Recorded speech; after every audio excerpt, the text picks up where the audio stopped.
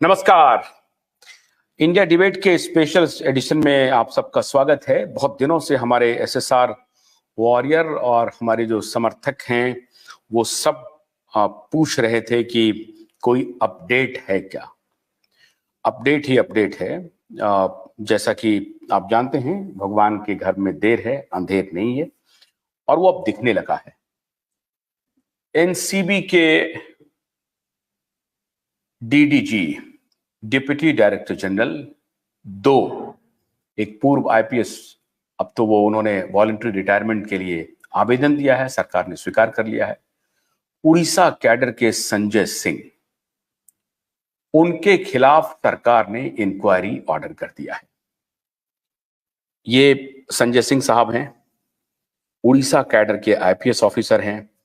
इनके खिलाफ आज मैं आपको सारी डिटेल बता रहा हूं कि सबका रिश्ता धीरे धीरे कैसे सुशांत और दिशा सालियान तक पहुंच रहा है।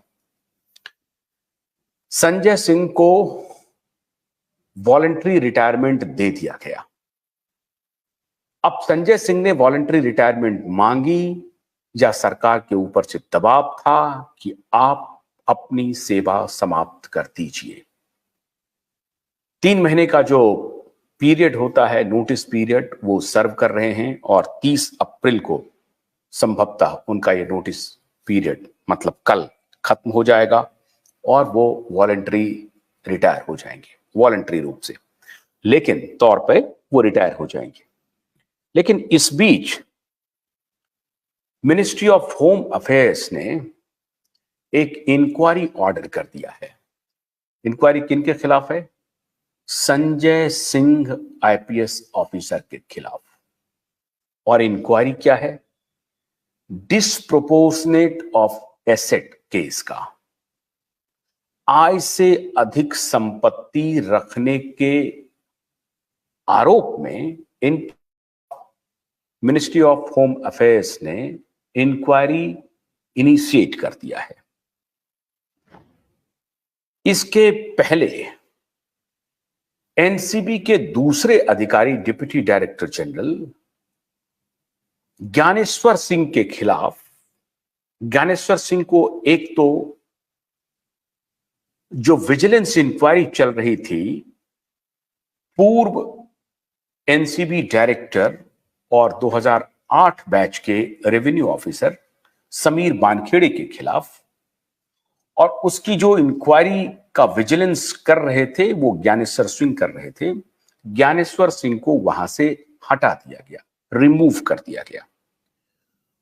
और ये इसलिए हटाया गया क्योंकि समीर वानखेड़े साहब ने 3000 पेज का अपना रिप्लाई फाइल किया और उस रिप्लाई में थ्रेडबेयर तरीके से सारी चीजों का जिक्र किया कि एनसीबी में कौन कौन लोग क्या क्या कर रहे हैं।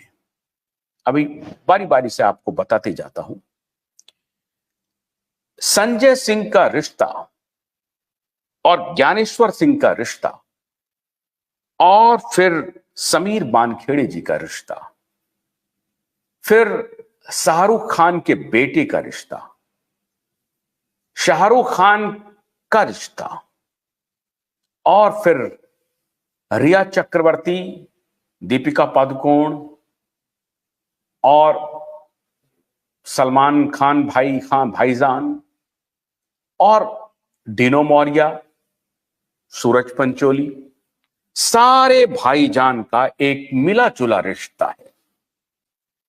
और उसी रिश्ते को एक प्रकार से एक्सपोज कर दिया था एक ब्रिलियंट ऑफिसर ने, जो हैं तो रेवेन्यू सर्विस के लेकिन डेपुटेशन पर थे एनसीबी में, और उन्होंने इस पूरे रिश्ते को एक्सपोज किया, एक कार्टेल को एक्सपोज किया। कार्टेल था ड्रग का, और इस ड्रग कार्टेल का रिश्ता 7 समंदर पार से भी है। दुबई से, अफगानिस्तान से, मुंबई से, कराची से और अलग अलग पोर्ट से बहुत बड़े बड़े पुलिस ऑफिसर, बहुत बड़े बड़े एनसीबी के ऑफिसर, बहुत बड़े बड़े राजनेता इनके संरक्षण में ये पूरा का पूरा ड्रग कार्टेल चल रहा था। समीर वानखेड़े भाई साहब ने एक्सपोज कर दिया, और ये जब एक्सपोज हुआ तो तिलमिलाहट आ गई। तिलमिलाहट किसमें आई? एनसीबी के भ्रष्ट ऑफिसरों में, मुंबई पुलिस के भ्रष्ट ऑफिसरों में, मुंबई के भ्रष्ट राजनेताओं में, और यहां बैठे सेंटर में बैठे उनके कुछ आका अफसरों में, जो यहां बैठ करके मुंबई को कंट्रोल कर रहे थे।